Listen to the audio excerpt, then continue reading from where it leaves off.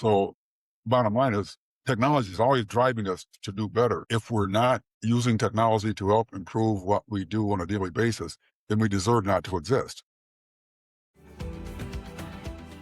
Higher education is under unprecedented pressure: financial, cultural, competitive. These forces are pushing universities to act like factories, filling seats, chasing numbers, surviving another year. But exceptional leaders refuse to accept this as the only path forward. They're building community in their own unique ways, creating places where students feel seen, known, and inspired to belong. Their stories can light the way for others navigating this transformation. These are the architects of belonging.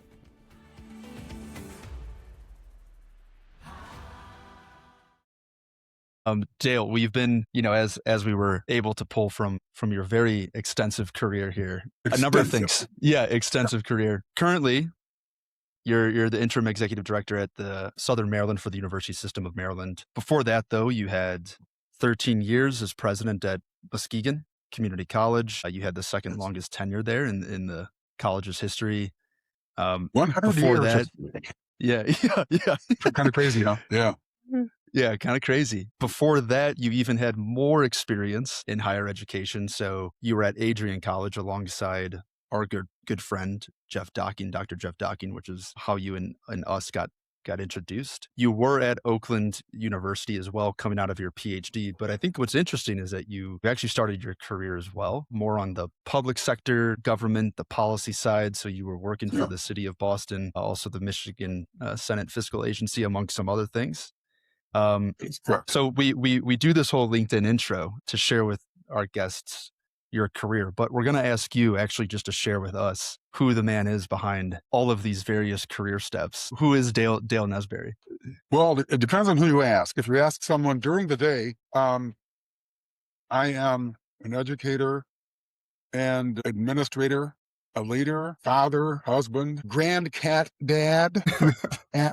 So, there's lots of different roles that I play, but most importantly, I say as husband and father of a lovely spouse and some great kids. The career, I'd have to define myself as an educator. So that is no doubt after just 30 something years, I'd say 32, 33 years in education, specifically before that, in public policy, mainly in budgeting, finance, some in policing. So that would be that. And I distinguish between day and night because I still to this day have people who they see me as the trombone guy, the guy who plays with an orchestra or plays with the jazz group. And in fact, this past weekend, I had an opportunity to play in a backup band behind my daughter in Manhattan on Monday. It was very cool. She's a great vocalist. She works for an NGO during the day, but she's like me during the day. She's NGO leader. And at night, she's got this voice strong enough to be able to get gigs in Manhattan. So it's like very cool to bring one of my horns up and back her up behind some. I don't know if this is actually a tactful thing to say on an actual interview, but a kick-ass band, and these guys were great. So it was a lot of fun playing with them. So that's me at night. So that's a 2.5 minute, 3.5 minute elevator speech on who I am. That's awesome. In the streets, we call that code switching. So you're a code switching. Yes, we would. Yes, we would. Yeah. We also know that we hear that you also bake bread and make jams. Is that true? Yeah, it actually is. I once every probably week or two I make 3 or 4 loaves of bread. Learned from my mother is sourdough bread. Is what I mainly do, but sourdough, white sourdough wheat. If I don't have enough bread going around, then so my wife hunts me down, and the daughter who lives in New York, right? She lives 8th Street in Manhattan. She'll call me and say, "Where's my bread?" I'm like, "Come down here and get it. You visit Dad, and you'll get some bread." So yeah, I do that, make some jam and stuff like that. So thanks to my mother, I learned how to do that. So that is a fact. Yeah, so breadman. We'll add breadman to the breadman, the list of names here for you. Yeah. Awesome. Well, appreciate you sharing that with us, Dale. The first thing that we always go into on these conversations is the why, and specifically the why for higher education. So as we've discussed, in this era of higher education, colleges are closing, the belief in higher education is being questioned in a lot of ways. But you have had this second half, or maybe a majority of your career that has been within higher education, and you are continuing to stay in higher education. You recently just went to the University of the Maryland system there just a few years ago. Would love to hear a little bit. You're a musician, you're a breadman, you're all this stuff, but what is the why for you that is keeping you personally invested in this part of your career? Well, it's really the students, and you hear people say that all the time. Educators, teachers, professors, leaders, and they say it's all about the students. But I didn't really appreciate it until I moved further along in my career, when I realized that, say on LinkedIn or Facebook or just in person, there's thousands of students I've interacted with over the years, and I might say, thousands of students I've connected with on social media at some level, going back to 1994. And then that I had interns in places that I worked, to the National Conference of State Legislatures. We had interns there who were at various universities, either in DC or in Denver, where I was. So maintaining that connection, it's like a second set of kids, of children who you track, you follow, and you learn from over the years. And even to this day, I had one of my former students, contacted me about a potential job. So I said, yeah, anything I can do to help out. And this person's in a very high level position, and you can help me out. You can help me learn how to actually retire. I failed retirement once when I came to this position. So give me some advice on how not to keep coming back. But it's because of the students I've met. I'm great colleagues, great community members in various institutions I've worked, but it's about the students who I see just growing and blossoming and doing great things. Yeah. So there's something also in your history where you grew up. I think we saw that you grew up on, I think it was like 56 acres um, of land on Twin Lake, because you were redlined and locked out, and then 35 later you came back as, first the African American president of MCC. So when you think about, like, when we go back and think about that history and that story, does that inform a little bit of your why as well? I know you're student centric, but how does that piece come into your why? My dad was one of 5 brothers who were part of the segregated U.S. Army during World War II. So these guys were not even allowed to use their skills and talent, go overseas for most of the war. But he came back and had all sorts of issues trying to access property in various places where he lived. So I'm going to say in Muskegon in 1951, he could not get a loan, could not take advantage of the GI Bill. And he ended up raising money himself, buying 56 acres. But going into Muskegon, that was the one issue I was concerned with. It didn't cause me not to apply for and eventually secure the position. Just to go on just a little bit further, a little bit longer. There were people there who they said, "You're going to be the first Black president of this college," and I'm like, well, they need me to come in and turn the institution around, raise funds to do things that needs to be done, such as replace facilities that were decrepit. I mean, I'm sure you heard the same story from Jeff Docking in terms of the condition of the physical infrastructure. Buildings had not been renovated in 60 in 45 years, I think, since they were constructed in any meaningful way. And so by 2016, we were the number 3 institution in the state. 17, by one ranking agency, we were the number 1 institution in the state. In 2021, we were again the number 1 ranked institution in the state of the 28 community colleges. I have a follow-up question to that then, and just on this topic of your why. So, I mean, you have this exceptional tenure at MCC.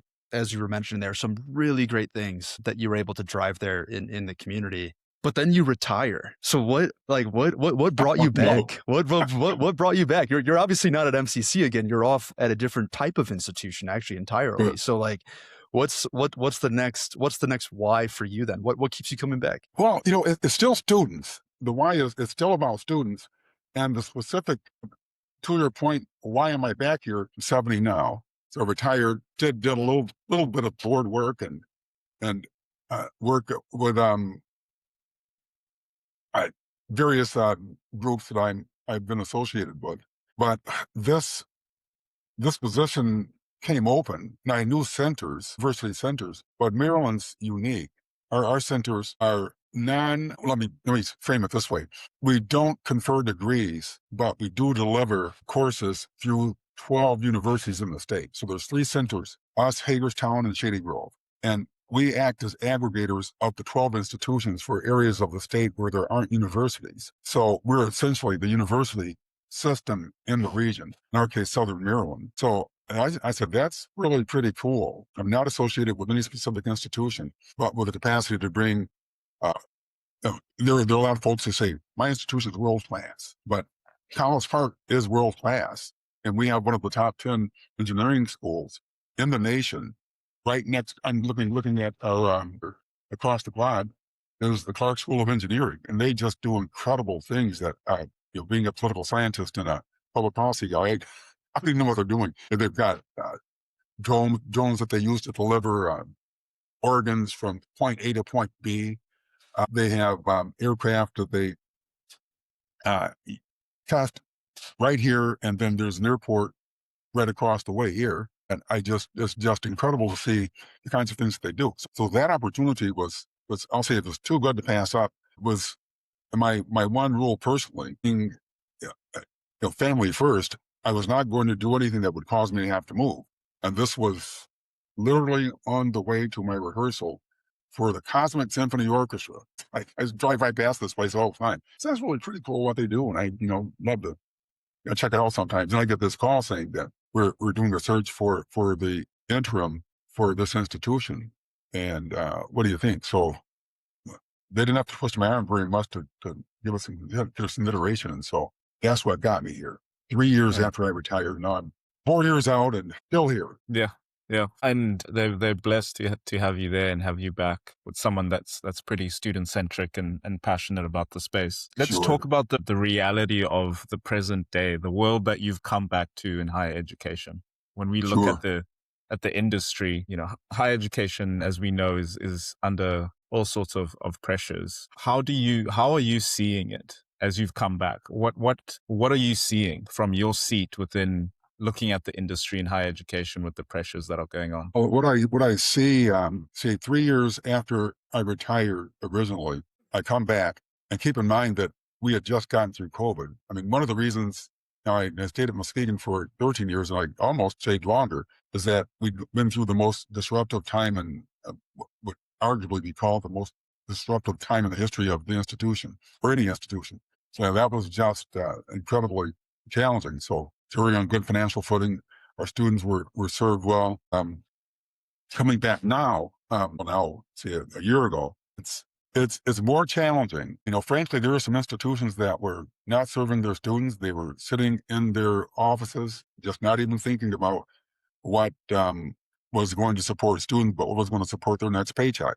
Those institutions, if they're going, that's good. They don't deserve to be here. But this institution wasn't one of those, which surprised me, because there's 177,000 students in the university system in the 12 institutions that comprise, plus the 3 centers. So this is a huge enterprise. But it also, from our chancellor down, Dr. Jay Perman, he drives into our minds that we need to have a student-focused mission, and he always has an intern or a fellow, a student intern or a student fellow in his office, so that he has the student voice right next to him, and he's constantly out there speaking with student and student groups. So that impressed me. There's one thing you had said about some of the schools that have maybe lost their way a little bit. They ended up closing down. And then there's other institutions that are obviously doing just incredible work out there. So the question to you is, do you feel like higher ed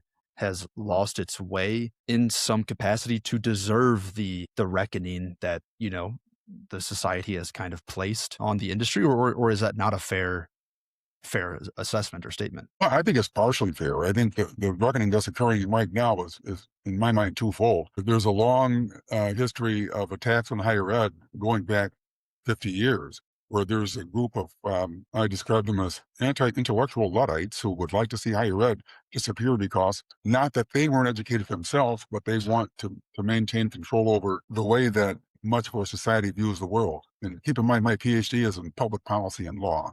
So I studied law, policy, and society during my doctoral work. And it was all about how societies make decisions, how societies grant, let me put it this way, how individuals grant their sovereign power to a government or to a sovereign, and how that sovereign meets out the delivery of services, and education is one of those services. So there are folks out there who don't really think that's a very good idea, and that individuals should control how we do business as a nation, or maybe not even a nation state. They would like to control it. So there's that piece, and the other piece is that truly, as I noted, there are some institutions who don't focus on their students at all, don't focus on their community at all. And what I will say about Muskegon Community College is one of the reasons I took that job originally was that they were definitely focused on the community. They were a community college, they understood it, but they didn't have the confidence that they needed to understand that they could be as competitive as any institution in the state or the nation. I mean, we were in the top 20, I think, uh, during my and my team's tenure, of the 1,200 community colleges in the nation. But that took some work, and it took a little bit more focus on students, and it was more focusing on sources of funding to allow us to do the things that we needed to do. So those institutions that were focused on how to help students do more well, then they were successful. So the ones that weren't, then they're suffering or not. So it's just a combination of the two. There's those who don't want higher ed to be successful and are trying to deconstruct it, and you see that happening right now. And those in higher ed who don't understand and don't appreciate how they should be focusing on their community, no matter how large. Again, it's an $8 billion system that we have here, 77,000 students, but able to focus on our communities, which if the university system of Maryland can do it, we're as large as any system in the country. I think outside of maybe New York or California, they're probably larger. In fact, and speaking of AI specifically, we have our own AI here, internal to the system. Thomas Park has a very well crafted AI that we're building out. We use as administrators, there are a number of tools that are available to us, and they're available to the students, and the students know they're available to the students. And for us to tell the students in our classes that they can't do that because it's, for whatever reason, doesn't make any sense, or that they can't use AI to help them after analysis, that makes no sense. But it's also very obvious when a student or a colleague, for that matter, is using AI to craft an analysis of an issue. It's just, at least at this point in time, it's very clear. So we have to use the tools that are in front of us. And if we don't share with our students and our communities that we understand that these are powerful tools that are useful, I mean, they're going to blow right past us. So bottom line is, technology is always driving us to do better. If we're not using technology to help improve what we do on a daily basis, then we deserve not to exist. But I think, at least here at the university system, we're using technology to the maximum extent. Yeah, wow, that is a strong statement at the end there. I think that's probably a pretty good transition to this next topic here, which is to talk about what the response should be then to the reckoning, to the pressures. There's two things you've called out in our conversation so far. One is, to stay on the forefront and be using technology you cannot be left behind. Sure. Secondly, student centricity. And if you lose focus of the student, that's kind of veering off into this other direction, which has not been great for certain institutions. Our perspective when we have seen responses to the reckoning are in two directions. One is what we call this factory model, which I think is kind of quite similar to what you're describing about the loss of student centricity.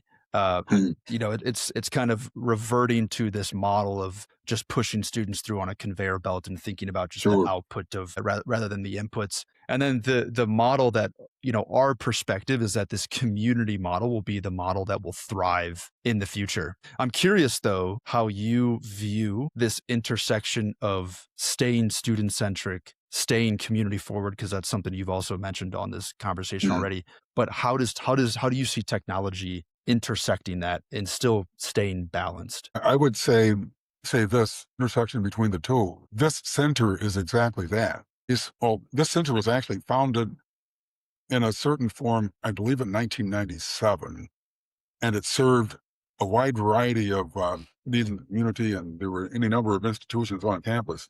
And eventually, in 2020, the university system um, uh, merged with the Southern Maryland Higher Ed Center. And one of the reasons that we did that is we wanted to have not just physical offerings in our region.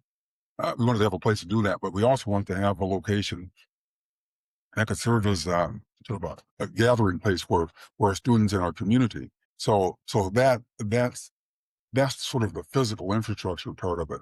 But the technology part of this is that we could serve, on the other hand, as a technology hub, so that if our community wanted to either enroll in courses or use some of the spaces that we have here to hold events, to gather, or to do things that they literally could not do in the past, we could provide that as well. In some cases, they'd come here. Some cases, they'd never even have to set foot. Well, that's having the technology to allow for a community to do that kind of work is, I mean, that's very important. Is very important for the future of higher education. And the institutions, I mean, many of the institutions that are closing never embraced technology in the way that they needed to, and they weren't able to shift from, as some of us call it, the sage on the stage. So, a professor with a piece of paper, or reading the lecture to the students, and the students don't need that. They need interaction. They need to be able to have conversations with not just the professor, not just the people in their classroom, but people worldwide, and that's clearly possible these days. So having that technology and having that available is just so important, and that's where a center like ours. And again, we have some in our state. There are some in some other states, but are not associated with the university system as we are. So we have the physical infrastructure and the technology capacity to work broadly in our community, or outside of our community for that matter. So I hope that's addressing the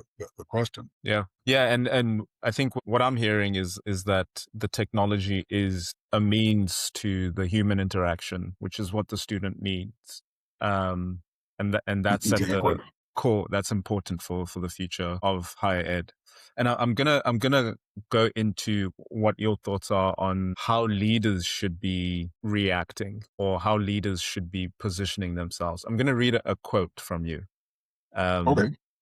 So the quote is, "We must ensure that our colleges and universities do not merely survive, but thrive, transforming Okay. challenges into opportunities for growth and success, and navigating through uncertainty with a steadfast commitment to our core values and clear vision for the future." So my question with that quote in mind is, you are putting something on the table for leaders within higher education, to a call to action on how colleges and universities, what they must do, not only to survive, but to thrive. Sure. During these pressures, during this reckoning, how should leaders be positioning themselves, or thinking through, or reacting in a way that transforms their universities and their colleges to thrive, to that thriving state? How should they be reacting and moving forward, and what's their approach? Well, they should be out there broadly, either physically in the community or virtually in the community,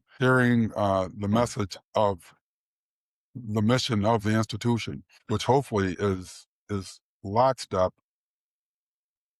with the community that they serve, whether it's a local community or a broader community. And when you mentioned that statement, that reminded me of, I mentioned, so at Muskegon Community College, I invited the House Appropriations Committee chair, a guy by the name of George Cushenberry, to my investiture. Here's a guy who was from Detroit, who was brilliant, doing hard work, finding out what's going to help folks in his district and his state. Reached all the way over to Nigeria in like 1977, and then wanted me to get a little bit better information to help serve his community. So to provide that service, he didn't just look locally. I mean, he served locally, but he looked internationally to provide that service. And then you fast forward another 30 something years, I guess, maybe more than that. Then he's House Appropriations Committee chair. Anyway, actually, he did not run and then ran again after about 20 years. So he had an absence from the legislature. But anyway, so he was always an outward focused person to help serve his local community. And I would say that's the kind of leader that I think is successful, one who just does not look at any one source of knowledge. They look so broadly, and they do it in a thoughtful manner. Thoughtful meaning supportive of their local regional community, and they'll do well.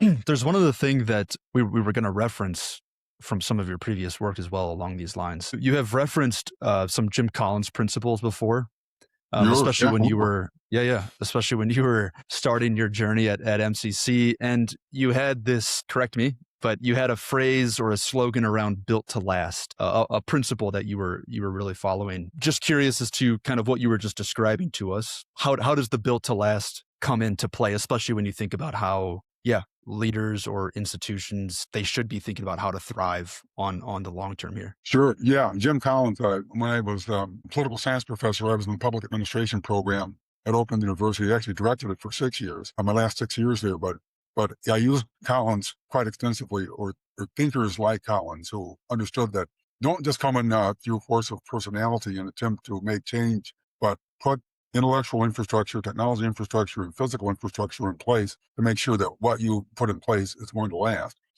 I noted that I was, this is referring to Muskegon then. I'd done music my entire career. And actually, when I was in high school, the band room was the same band room that was there when I was in high school playing with a college jazz band, right? So that room was technology replete and rich. In 1972, but it was really ancient by the time you get to 2009. So one of my goals was to make sure that students coming through Muskegon would have great technology, great space. And so part of the fundraising that we did was to build out a new or renovated art and music space, in which we did accomplish that. That was my assumption. I mean, there are people on campus who did not want us to do this work. It's like any campus, there's going to be conflicting interests, but some of the strongest music programs in the country were in West Michigan. And Muskegon County, we had lots of people who were doing very, very good work in music. I mean, playing with, top flight musicians, composing worldwide. And so if we have that kind of background, some of the people who went to MCC, they had that background, right? And so, but there is some folks who thought that we should not have a strong music program. So I knew if we hired faculty and built out the infrastructure, it'd be very difficult for the institution to eliminate music, which turned out to be the case. We got most of the infrastructure completed in the space, a renovated space. We had a sort of an internationally renowned flautist and saxophonist come and help us celebrate the opening of the space. And that space is just doing extremely well from what I understand now. So my goal is to make sure we have the programs in place. And in Muskegon, it was important to have a physical infrastructure in place because that was something that we missed. And we ended up building, I think 2 new buildings and renovated space that was very much in need of renovation. So we not only improved what was going on in the classroom, but if you walk into a classroom and you're a student, you see stuff at a community college that's better than what's at a university. I mean, sure, we had sound lock practice rooms that none of the universities in our region had. You walk in, dead silent. If you're a musician, you're recording. Sometimes that's what you want. And we had 1, 2, 3, 4, like 6, 7, 8, 9. And they just fundraised. There was one space we didn't complete. And I guess they just finished this. I'll see this summer when I go back to the 100th anniversary of the founding of the institution. They finished that last little piece that we didn't get down when I was there. So that, nice. That you build it to last physically, you build it to last programmatically. Awesome. Well, in the last couple of minutes here, we're going to do what we call a quick fire section. So we're going to ask Yes, you sir. a couple of questions, and whatever's top of mind, quick fire, you give those answers. Well, see, I'm really old, so I don't know if I can hold out. But those people down. Put this old guy to the test. Yeah. I'm sure you'll kill it. I'm sure you'll do well. So first one on the table. When you reflect on legacy, what is the legacy you hope to leave in higher education? I'd say my legacy students who felt that I helped them move forward in their lives and their careers. Awesome. that was a quick fire. Yeah, I got you back. Hey, I'm not as bad as I thought I was, man. That was quick. Okay, second one here. So you had taken our challenge or our assessment. It was something that we have built for others just to start this conversation about, towards this community model. Just would love to hear, just as you took it or after you took it, what were just some of your quick reactions? How do you feel about the assessment? Well, I thought it was good. I took it and I forgot that I'd done it. So about an hour ago, I did it again to make sure I wasn't messing up. But yeah, I think it was very good.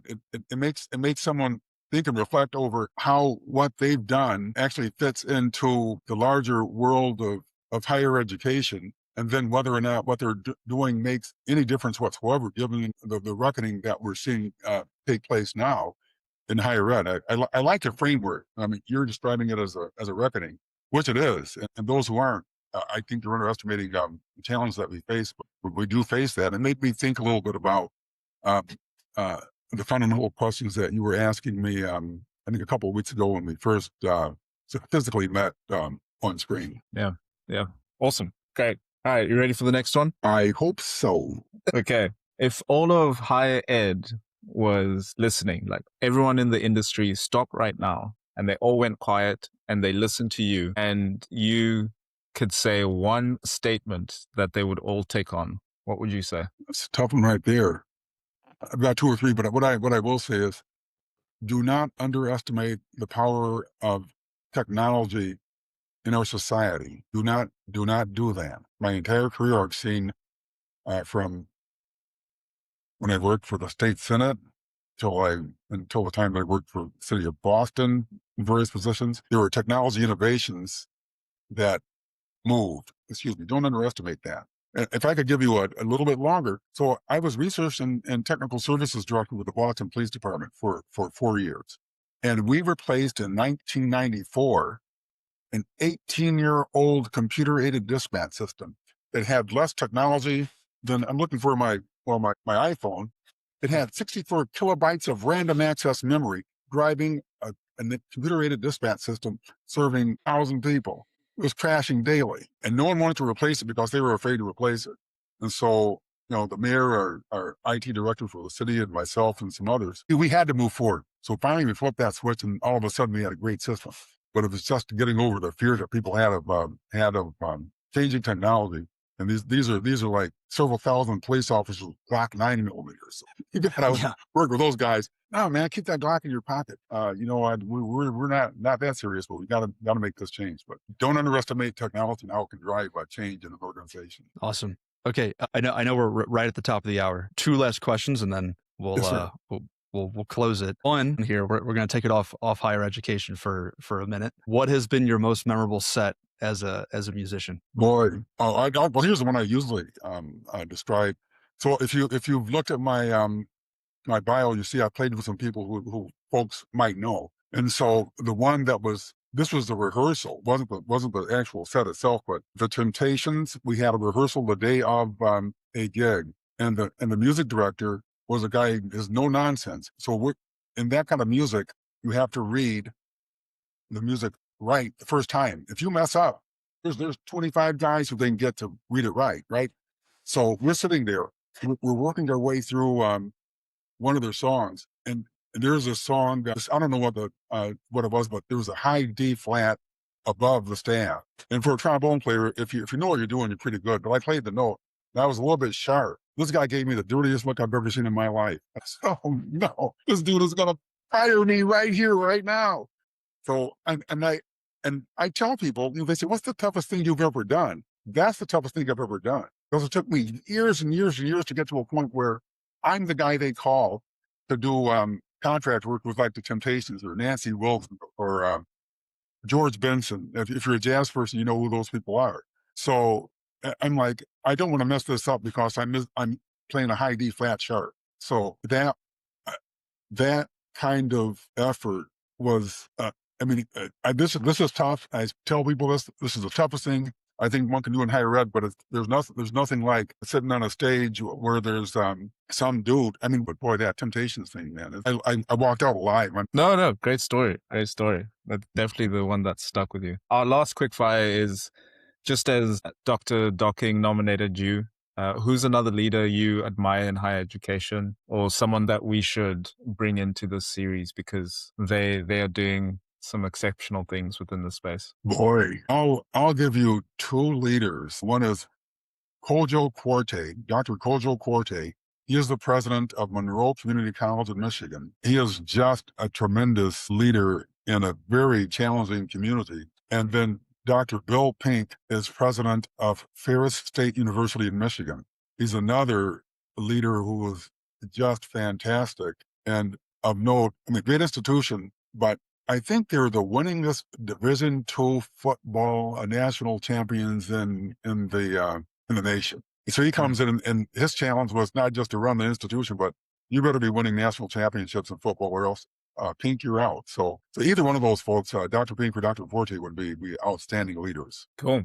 Yeah, we're gonna try hunt them down and get them on. Oh, you'll get them. They'll laugh when you tell them I give you their valuable time.